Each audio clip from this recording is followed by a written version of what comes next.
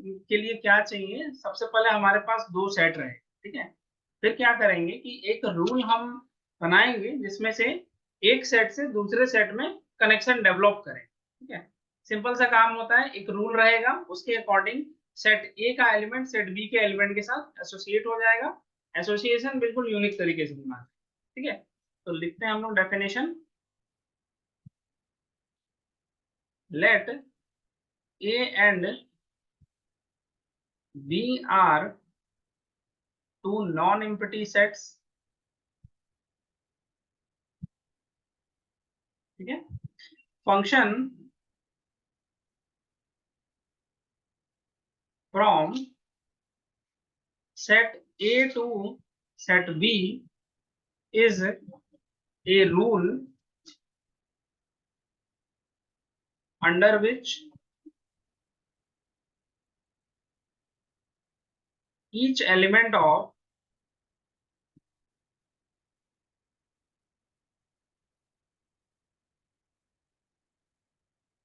set A is associated with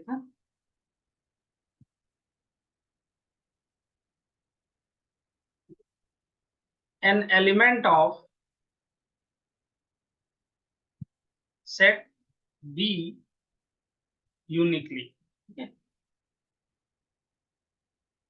ठीक, अब इसमें देखो कैसे होगा, हम इसको डायग्राम के हेल्प से पहले समझाते हैं। ठीक है,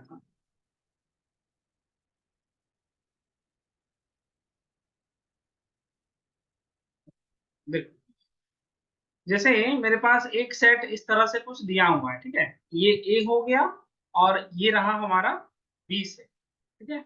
इसमें से एक एलिमेंट मान लेते हैं मेरे पास 1 2 3 ऐसे कुछ आ गया, इधर से अल्फा बीटा गामा, ठीक है। जब हम फंक्शन ए से बी में डिफाइन करेंगे, F from A to B define करेंगे, तो क्या होगा, सेट ए के जितने भी एलिमेंट्स हैं सभी बी के किसी ना किसी एलिमेंट के साथ एसोसिएट रहेंगे, ठीक है। जैसे 1 को सपोज करो एक टाइम के लिए हम अल्फा से कनेक्ट करवा दिए, 2 को एक टाइम के लिए मान लो गामा से कनेक्ट करा दिए, और 3 को एक टाइम के लिए सपोज करो इस बीटा से कनेक्ट करा, ठीक है। तो ये एसोसिएशन अपने तरीके जो रूल रहेगा उसके अकॉर्डिंग बनेगा, ठीक है। अब इसमें ध्यान देने वाला क्या क्या चीज है, जब भी हम फंक्शन बनाएंगे तो पहला चीज कि डोमेन, ये देखो अच्छा है, इसमें से सबसे पहले जब भी फंक्शन हम बनाते हैं तो इसको इंडिकेट करते हैं F from A to B में, ठीक है। और ये जो ए सेट होता है इसको हम लोग बोलते हैं डोमेन, ठीक है। और ये जो बी सेट होता है उसको कहा जाता है कोडोमेन, ठीक।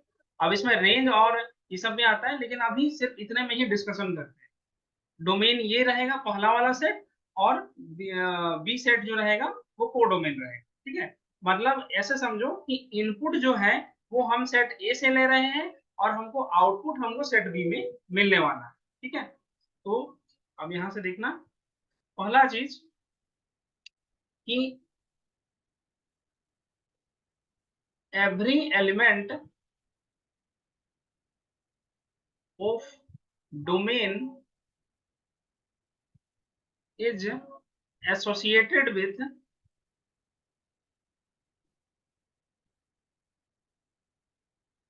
An element of codomain,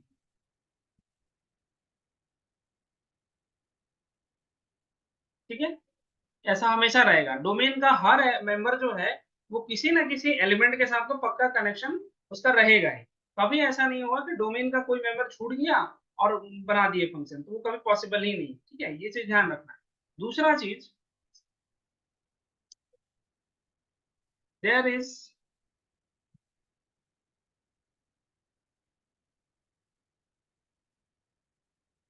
no such element in domain which is associated with two or more than two elements of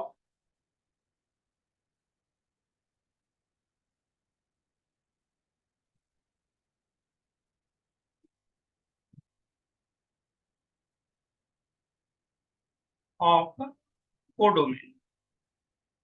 ठीक है, अब ये सेकेंड लाइन का क्या हुआ, वो विथ छूट गया है।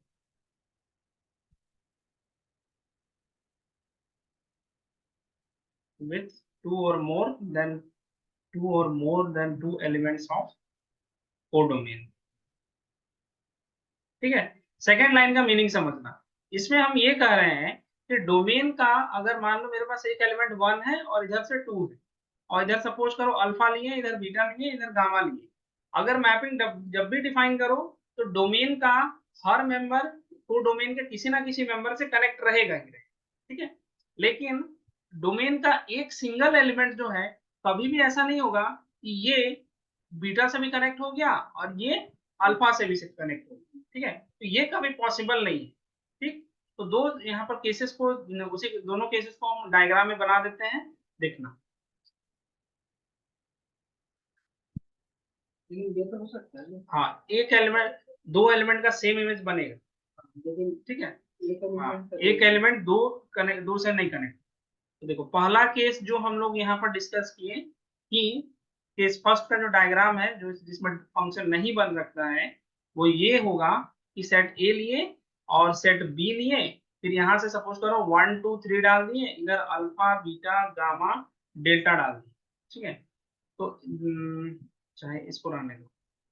यहाँ से देखो, मान लो कि इसको हम अल्फा से कनेक्ट कर दिए, 2 को सपोज करो गामा से कनेक्ट कर दिए, और इस बार मेरे पास बीटा है ही नहीं।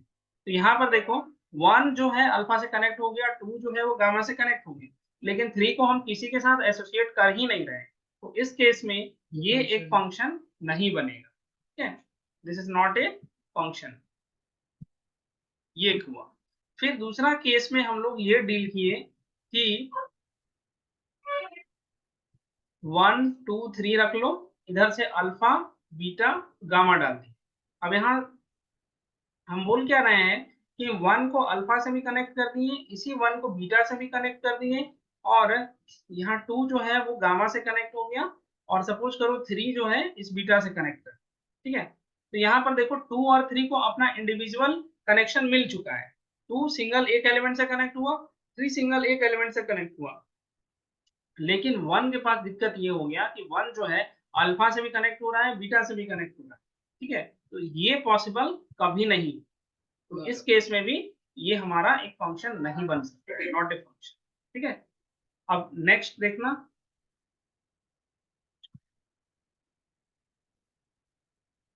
1 2 3, इधर मान लो alpha beta gamma delta. Simply हम इस 3 को गामा से कनेक्ट कर दिए, 2 को इस बीटा से जोड़ दिए, और 1 को ऐसे अल्फा से कनेक्ट कर दिए, ए टू बी। और ये जो है ये अपने आप में एक फंक्शन हो गया, क्योंकि हर एलिमेंट डोमेन का हर एक मेंबर जो है किसी ना किसी से कनेक्ट हो गया कोडोमेन वाले पार्ट से। दूसरा चीज देख रहे हो कि 1 सिंगल एक एलिमेंट से कनेक्ट हुआ, 2 सिंगल एक एलिमेंट से कनेक्ट हुआ, 3 एक सिंगल एलिमेंट से कनेक्ट हुआ। अब कोडोमेन में मेंबर बच जाएगा तो उससे कोई दिक्कत नहीं। ठीक है, तो ये इस तरह का केस में ये पूरी पूरी फंक्शन बन जाती है, ये अपना एक फंक्शन हो, दिस इज ए फंक्शन। ठीक, फिर नेक्स्ट केस आप ये देखना, क्या लिख रहे हैं आज हम, आधा आधा बस लिख रहे हैं। सुबह से ऐसे हो रहा है, सुबह भी पढ़ाने बैठे तो वहां भी वैसे आधा आधा चलता है, चलता है। पता चले ना कि हम ग्रेजुएशन को भी पढ़ाते हैं। 1 2 3 4, इधर से अल्फा बीटा गामा, चलो तीन ही एलिमेंट लिए। ठीक है, कोई दिक्कत नहीं। देखो हम क्या कर रहे हैं, इस बार हम कनेक्शन ऐसे बैठाए, 1 को अल्फा से कनेक्ट कर दिए, 2 को बीटा से कनेक्ट कर दिए, 3 को गामा से कनेक्ट कर दिए, और 4 को मन चाहा तो हम इसी बीटा से कनेक्ट कर दिए। ठीक है, तो यहाँ पर तुम लोग देखो कि हर सिंगल एलिमेंट को एक एक इमेज इधर मिल रहा है, एक एक एंट्री से कनेक्ट हो गया ना। और दूसरा चीज, हर मेंबर यूनिकली कनेक्ट हो रहा है। यहाँ से देख सकते हो कि 2 और 4 का सेम कनेक्शन हो रहा है, इससे कोई दिक्कत नहीं है। ठीक है, तो ये भी अपना एक फंक्शन बन जाएगा, दिस इज ए फंक्शन। तो एक रूल को ध्यान रखना फंक्शन बनाते समय कि ये रहा डोमेन और ये रहा कोडोमेन। एक एलिमेंट जो है वो कभी भी दो लोगों से ऐसे कनेक्ट नहीं हो सकता, ठीक है, फंक्शन बनाते समय ये ध्यान रखना है। यहाँ एक एंट्री रखे हैं, एक एंट्री यहाँ है कोडोमेन का, दूसरा एंट्री यहाँ है, ये वाला केस कभी भी नहीं हो सकता है फंक्शन। लेकिन दूसरा चीज कि यहां से दो एलिमेंट हम लिए और दोनों का सेम कनेक्शन है, ठीक है, एक ही एलिमेंट से कनेक्ट हो गया, तो ये बिल्कुल पॉसिबल है फंक्शन में, ठीक है। तो ये चीज को प्रॉपर ध्यान रखना है। यहां तक आया समझ में?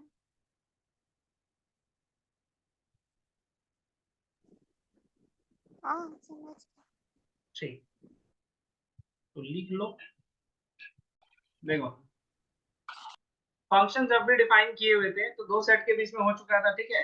अब इसका जनरल स्ट्रक्चर को देखो क्या करता है कि अगर सपोज करो कि फंक्शन आपका सेट ए से सेट बी में डिफाइन हुआ है तो इसको इंडिकेट हम इसी फॉर्म में करेंगे। ए डायरेक्शन रहेगा ए टू बी, ठीक है, and defined as y is equal to F X, ठीक है, इस फॉर्म में। ये जो एफ एक्स है यही तुमको रूल यहाँ पर देने वाला है। यहाँ पर ध्यान रखोगे ये जो x है ये तुम्हारा इनपुट रहेगा, x इज इनपुट। ऐसे इसको नॉर्मली हम इनपुट कर रहे हैं बट एक्चुअल में इसको मैथमेटिकल लैंग्वेज में इंडिपेंडेंट वेरिएबल कहा जाता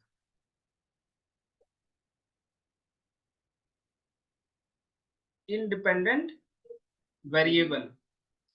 और ध्यान रखना ये x हम लेंगे कहां से, ये x हमको डोमेन से लेना है, ठीक है। तो ध्यान ये भी चीज ध्यान रखना है कि this x belongs to set A domain, ठीक है। अब दूसरा चीज क्या होगा कि y जो है, जिस y की हम बात कर रहे हैं ये हमारा आउटपुट रहेगा, दिस y इज आउटपुट। और ये चीज इसको हम लोग मैथमेटिकली कहते हैं डिपेंडेंट वेरिएबल,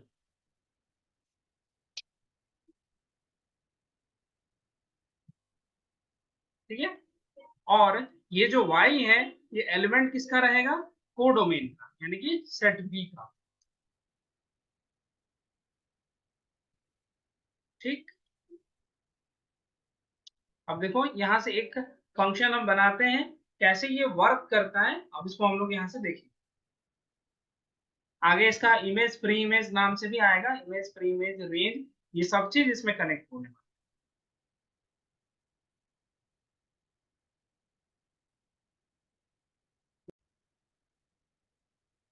सपोज करो कि ए जो है वो मेरे पास एक सेट दिया गया है 1 2 3 का, और बी जो है एक सेट हम बना रहे हैं 2 4 6 एंड 8 का, ठीक है। एक फंक्शन डिफाइन किया जा रहा है फ्रॉम ए टू बी, कैसे, सच दैट कि F X is equals to आएगा यहाँ पर से 2x, ठीक है। कहने का मतलब हो रहा है कि ये जो हम लिख रहे हैं ना F X equal to 2x, basically ये कुछ और नहीं, यही y इक्वल टू 2x है, ठीक है। तो हमको क्या करना है कि हम x जो है वो इनपुट के तौर पर सेट a से लेंगे, फिर यहाँ पर बीच में कुछ प्रोसेस कराएंगे और आउटपुट में हमको आउटपुट में हमारा 2x आ जाए, ठीक है।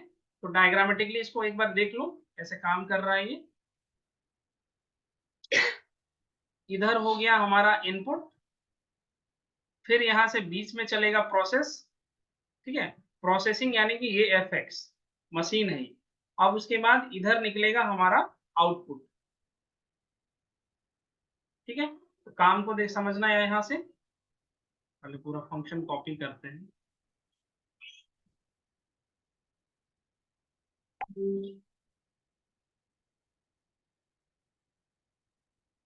F X is equal to 2x दिया हुआ है। अब ध्यान से देखो फंक्शन कैसे बनाया हुआ था, सेट ए से सेट बी में, तो इनपुट हमको कहां से लेना पड़ेगा, सेट ए से।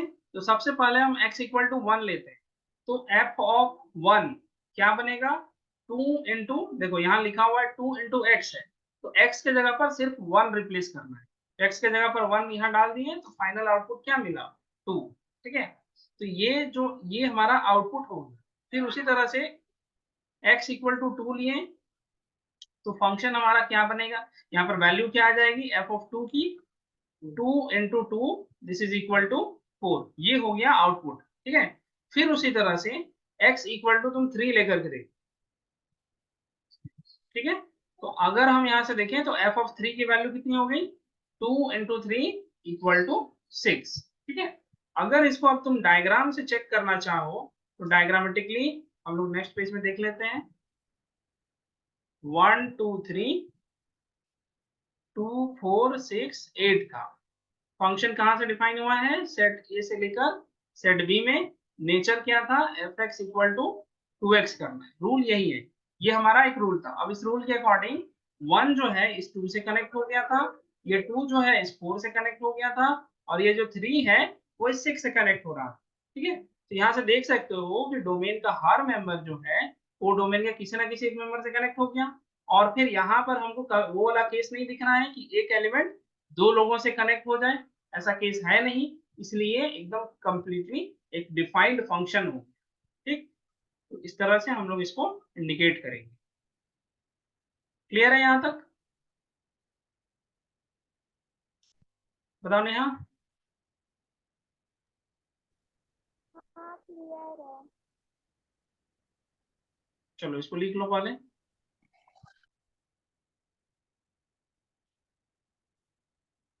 फंक्शन में अब दो चीज को ध्यान रखना है कि इमेज प्री इमेज क्या होता है, फिर उसके बाद रेंज किसको कहते हैं। ठीक है, सारा कैलकुलेशन सिर्फ इसी पर बेस्ड है। जब भी फंक्शन की हम बात करेंगे तो उनको डोमेन कोडोमेन ध्यान रखना है, रेंज कौन है, रेंज क्या आ रहा है, इमेज प्री इमेज क्या हो रहा है, यही सिर्फ चीज को देखते हैं। ठीक है, देखो जब हम लोग फंक्शन डिफाइन किए ए टू बी में, जहां पर ये हम बोल रहे हैं सच दैट कि y is equal to F X, X हमारा इनपुट था, कहाँ से लेना होता था, ए से, और y जो है वो आउटपुट है, उस कहाँ जाता था, सेट बी में जा रहा। ठीक है, तो फिर हम लोग यहाँ पर बोलेंगे कि y is image of x, जो हमारा आउटपुट है वो इनपुट का इमेज कहलाता है, और इसके रिवर्स में क्या बोलेंगे, x is pre image of this y। ठीक है, फिर उसके बाद यहाँ पर एक और टर्म यूज होगा, रेंज ऑफ द फंक्शन।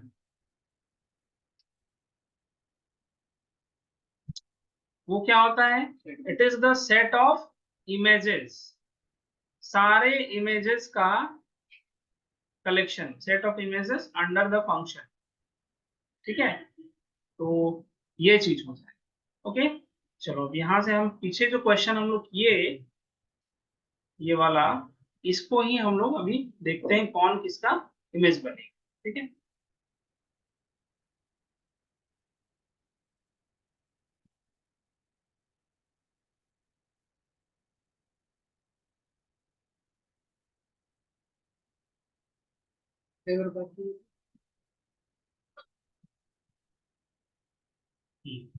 यहाँ से देखो,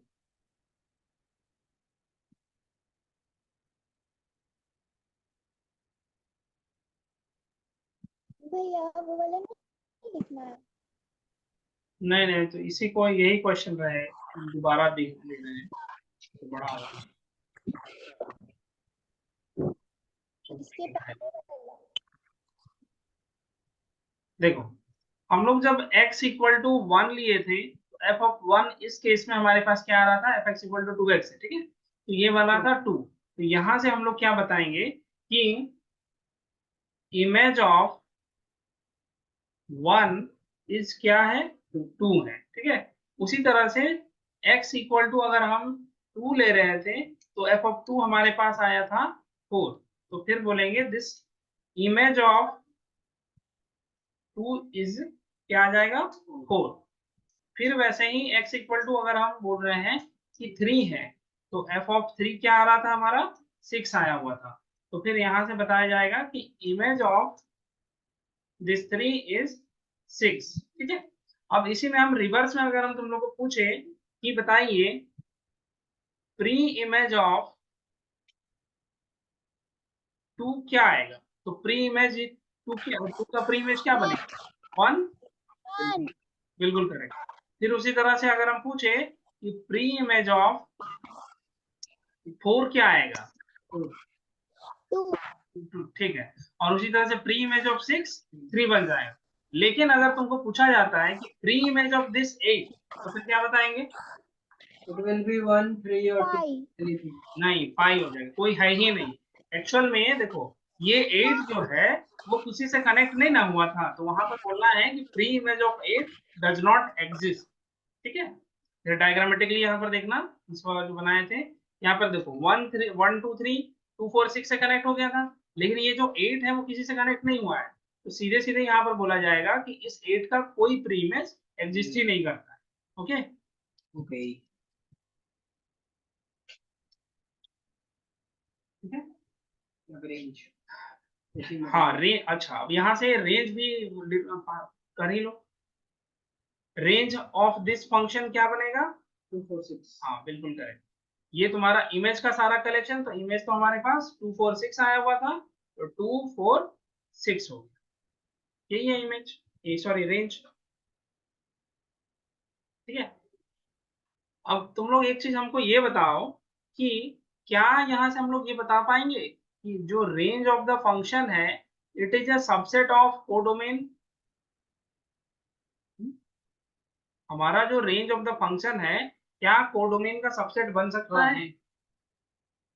चेक करो। बन सकता है, होगा ही क्योंकि वो कोडोमेन के अंदर ही आ रहा है। हाँ, बिल्कुल। रेंज ऑफ एफ तुम देखो 2 4 6 है, और हमारा कोडोमेन क्या आ रहा था? 2 4 6 8 का कलेक्शन है, तो in general range of the function जो होता है वो कोडोमेन का सबसेट रहता है। अगर वो फंक्शन रहा तो। हाँ, फंक्शन रहा तब, क्योंकि फंक्शन में ही हम रेंज का बात करेंगे। ठीक है, चलो अब आगे देखते हैं यहाँ से।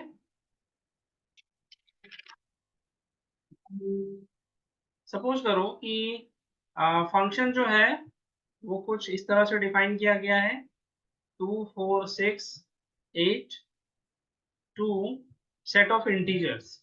चलो मान लीजिए to set of integer, Z बोले तो सेट ऑफ इंटीजर।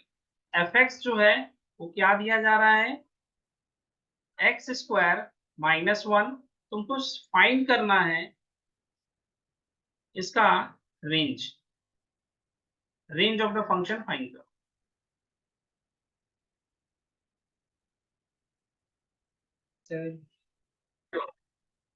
अब इसमें अगर इमेज चेक कर रहे हैं तो 2 का इमेज कितना बन रहा था? 2 का स्क्वायर माइनस 1 मतलब 3, फिर उसी तरह से 4 का इमेज निकालेंगे तो 4 का स्क्वायर माइनस 1 15 आ जाएगा। एफ ऑफ 6 चेक करोगे तो वो 36 माइनस 1 35 हो जाएगा, और एफ ऑफ 8 अगर निकालें तो 64 माइनस 1 63 आ रहा है। इट मीन्स अगर रेंज ऑफ द फंक्शन पूछा जा रहा है तो क्लियरली 3 15 35 एंड 63 हो गया। अब यहाँ से क्लियर दिख रहा है ना कि range of the function is always subset of codomain, this range of F subset of codomain. ये सारा चीज हमेशा याद रखना, जब भी तुम लोग फंक्शन पढ़ो तो जितना चीज तुम लोग के दिमाग में आता है सबको उस पर अप्लाई करो उस क्वेश्चन पे, कि range of the function codomain का सबसेट होता है, अभी इक्वल हो रहा है कि नहीं हो रहा है। ये सब चीज जितना मेमोरी में रहेगा उतना ज्यादा बेहतर हम इसमें बन पाएंगे। ठीक है, पढ़ेंगे तो कुछ नहीं। तो अब एक काम करना कि हम तुम लोग दिखा दे रहे हैं कहाँ से क्वेश्चन बनाना है। इसमें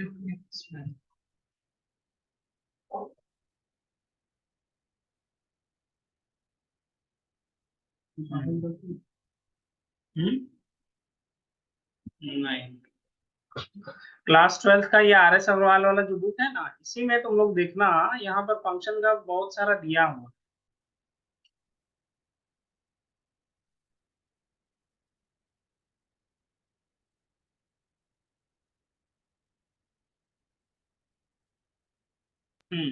भैया रेंज डोमेन और कोडोमेन फाइंड करने के लिए ना एक्सरसाइज फर्स्ट वाला में था, तो इसमें वो वाला है, तो कर ली। हम देखे हुए इसमें, हम वो देख रहे हैं कि फंक्शन का इनिशियल है कि नहीं है इसमें।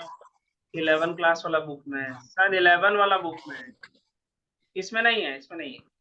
फंक्शन थोड़ा सा रिवाइज करना है ना, तो 11 क्लास का बुक निकालना, उसमें है, वो यहाँ से बता रहे हैं।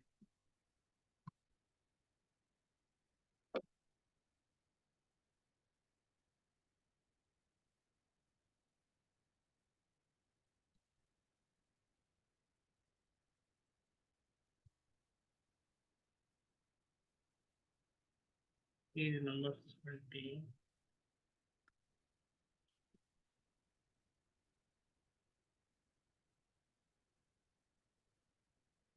देखो यहाँ से तुमको दिखेगा जो भी चीज आज हम लोग पढ़े ना, वो सारा चीज तुमको इसमें यहाँ पर दिख जाएगा, एक्सरसाइज में भी दिखेगा उसको कैसे फाइंड किया जाता है। और अच्छा, इसमें भी डोमेन को डोमेन का बात किया है शायद, देख लेना। इमेज फ्री इमेज सब कुछ निकालने के लिए बोला जा रहा है, ठीक है। तो इसका एक्सरसाइज एक बार बना के देख लेना, बन जाएगा। जितना तो बनता है बना लो डोमेन रेंज फाइंड करने का। और उसके बाद नेक्स्ट में अगला क्लास में हम बताएंगे कि डिफरेंट टाइप ऑफ तुमको फंक्शन दिया जाएगा और हर फंक्शन के नेचर के हिसाब से कैसे हम लोग उसका डोमेन फाइंड करते हैं, ठीक है। तो इसको मंडे को करते हैं अब हम लोग। चलो, तब तक रिलेशन का जितना भी क्वेश्चन, रिलेशन का जितना क्वेश्चन होगा ना सारा कंप्लीट कर ले। भैया वो one one function many one function वो सब पढ़ेंगे नेक्स्ट। Okay, thank you.